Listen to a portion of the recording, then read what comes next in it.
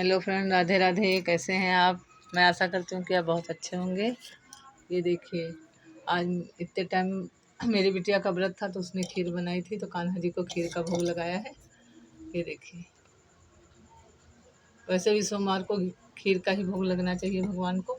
नई खीर जो बना पाते हैं उनको चाहे दूध चावल का भोग लगा दें। चावल ज़रूरी होता है, एकादशी ना हो या एकादशी हो भी तो भगवान को भोग लग सकता है चावल का, मगर हम लोग नहीं खा सकते हैं, ऐसा लोग कहते हैं।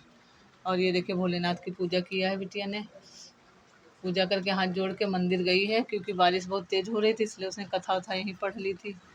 अब गई है मंदिर, बारिश बहुत तेज़ हो रही है, हमसे भी कह रही थी जाने के लिए, मगर अब घर में तुरंत पूजा करके ताला डालना ठीक नहीं, इसलिए मैं नहीं जा सकी। अकेली बेचारी गई है, पूजा करके आएगी। और आप देखिए, मेरे कान्हा जी भोग लगा चुके हैं, शाम का भोजन हो गया है उनका, और आप लोग भी पूजा कर चुके होंगे। यही मेरे पूजा करने का तरीका है, बस मैं ज़्यादा कुछ नहीं कर पाती हूँ। शाम को अपने सुबह शाम कान्हा जी को दीपक जला देते हैं, उनके योगी भोजन जब बनता है तो उनको भोग लगा देते हैं। जब नहीं बनता उनके योगी भोजन तो फिर गुड़ चना या कुछ ऐसा रखे रहते हैं अनाज जो उसका भोग लगा सके कान्हा जी को, या मेवा मिश्री कुछ भी लगा देते हैं। भगवान तो भाव के भूखे हैं, जैसा आपके मन में भाव होगा उसी प्रकार से भगवान स्वीकार कर लेंगे उस चीज़ को। क्योंकि सुदामा ने तो भगवान को बस मुट्ठी भर चावल ही खिला के तीनों लोग जीत लिए थे, तो हम लोग तो तुच्छ इंसान हैं। जो हो सके वो भगवान को भोग अर्पित करो, सात्विक हो, जो शुद्ध हो, भगवान उसको स्वीकार कर लेंगे। नहीं कुछ है तो तुलसी का एक पत्ता जल डाल के अर्पित कर दीजिए, वो भी भगवान उसमें भी खुश हैं। वो जानते हैं मैंने कितना अपने बच्चों को दिया है, और जो बच्चों को जितना दिया है उसी में तो बच्चे अर्पित करेंगे भगवान को, वही तो भोग लगाएंगे। तो इसलिए मन में अपने बिल्कुल ये भावना मत रखिए कि मेरे पास कम है, ज़्यादा है, मैं क्या करूं, मैं कैसे भोग लगाऊं। जैसा आपसे हो पाता है वैसा करिए, भगवान सब में खुश हो जाते हैं। प्रभु बहुत दयालु हैं, प्रभु की कृपा सब पे बरा। देखिए, भगवान जो है पापी भी है, उसको भी जल दे रहा है, पानी दे रहा है, धूप दे रहा है, प्रकाश दे रहा है, हर चीज़ दे रहा है बराबर।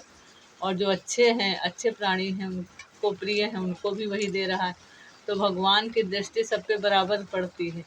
अब उनका बच्चा कोई शैतान है, कोई आज्ञाकारी है, किसी की भावना भगवान के प्रति अच्छी है, किसी की बुरी है, ये तो उसके अंदर की मानसिकता जान सकती है, और उसके आचरण जान सकते हैं। और आचरण भी वो इसलिए करता है कि उनकी कृपा है। जितनी भगवान की जब कृपा हो जाती है ना, तो अच्छा बुरा इंसान अच्छा हो जाता है और अच्छा इंसान बुरा हो जाता है, ये तो आपको मानना ही पड़ेगा। अगर मेरी कोई बात आपको बुरी लगी हो, गलत लगी हो, तो आप कमेंट कर दीजिएगा। और जो हम लोग हैं पूर्व जन्म के कर्मों का भोग ही भोग रहे हैं। कहते हैं भगवान हम तो सब अच्छा करते हैं मगर मेरे साथ बुरा क्यों हो रहा।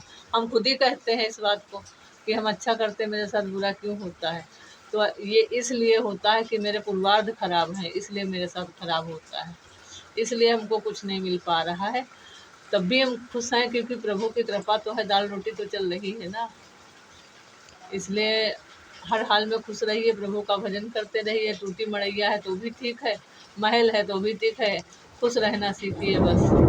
क्योंकि लाखों करोड़ों के महल में भी इंसान को नींद नहीं आती है, झोपड़ी में जितना इंसान सुकून से सो लेता है। तो ये प्रभु की कृपा है। राधे राधे फ्रेंड।